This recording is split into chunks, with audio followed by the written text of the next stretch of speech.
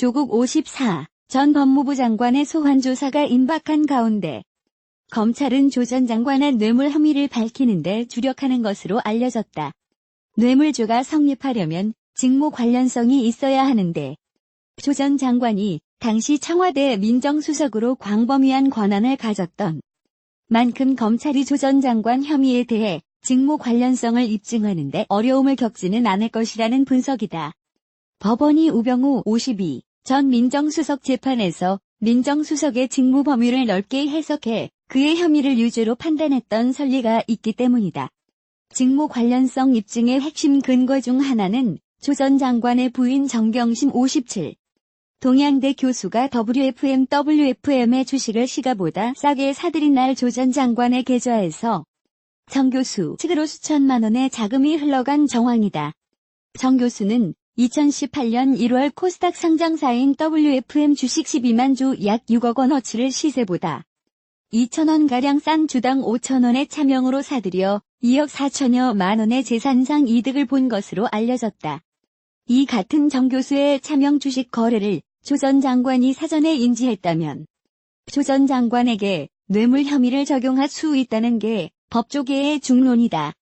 법조계의 판단 근거는 공교롭게도 박근혜 정부 시절 민정수석이었던 우병우 전 수석의 재판부가 내린 직무 관련성에 대한 해석이다.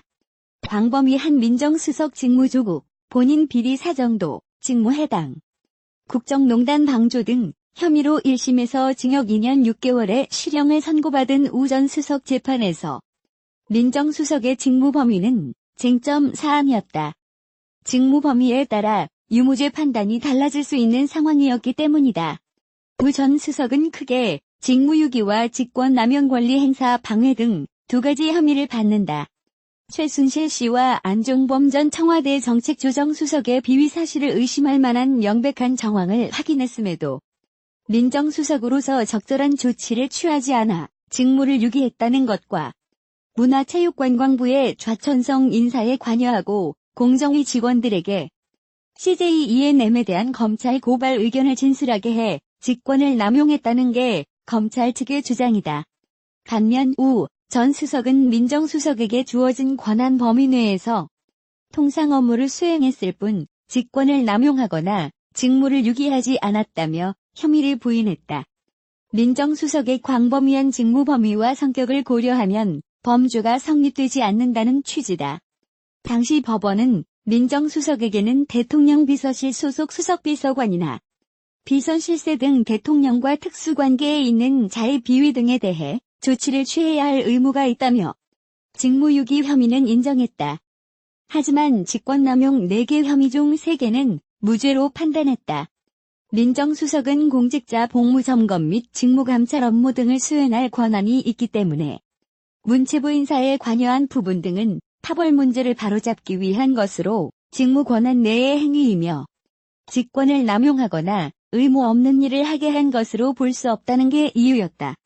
결국 법원의 유무죄 판단 근거는 민정수석의 직무 범위인 셈이었다.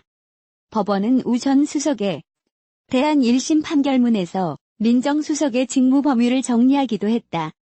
법원은 민정수석에 대해 대통령을 보좌하고 민정비서관 등을 지휘, 감독하면서 국정 관련 민심, 동향 파악 등 여론 수렴 국가 사정 관련 정책 조정 업무 고위 공직자 등의 비리 상시 사정, 예방 및 공직 비리 동향 파악 공직자 복무 점검 및 직무 감찰 업무, 대통령의 친인척 등 대통령 주변 인사 관리, 대통령 비서실, 국가안보실, 국가안전보장회의 사무처 직원의 복무 점검 및 직무 감찰 주요 국정 현안에 대한 법률 보좌, 부패 근절을 위한 제도 개선 및 권력기관의 제도 개혁 관련 업무 사법정책 기획 및 조정비서실 내부 법률 검토 및 자문비서실 내부 규정 사전 검토 및 심사 국민권익 증진 및 청렴정책 지원, 민원, 제안, 제도 개선의 기획 및 조정 행정심판 제도 지원 일반 민원 처리, 현장 방문 민원 처리 등의 업무를 총괄한다고 판단했다.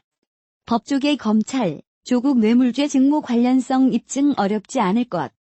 법조계에선 우 전 수석 1심 재판부가 인정한 민정수석의 직무 범위를 볼 때 검찰이 조 전 장관의 뇌물죄와 관련한 직무 관련성을 입증하는데 어려움은 없을 것으로 전망했다.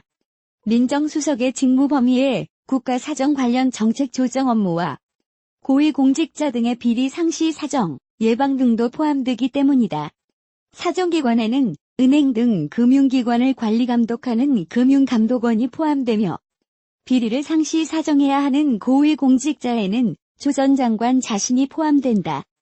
한 고위 법조인은 민정수석실의 직무 범위가 워낙 방대하고 또 민정수석이라는 자리 자체가 공직 비리와 관련된 부분을 막으라고 있는 자리이기 때문에 본인이 그런 일을 했다면 더욱 문제가 될 수 있다고 지적했다. 또 다른 변호사는 민정수석의 직무 자체가 워낙 포괄적이며 은행들을 비롯한 금융기관도 가봐야 한다면서 검찰이 조 전 장관의 뇌물죄와 관련해 직무 관련성을 입증하는 것 자체는 어렵지 않을 것이라고 본다고 말했다.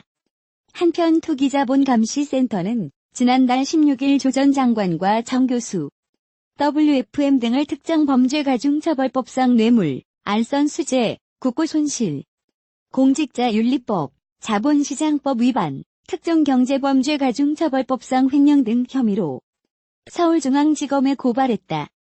이 단체는 조 전 장관 부부가 115억 원대의 뇌물을 수수했다고 추산하기도 했다.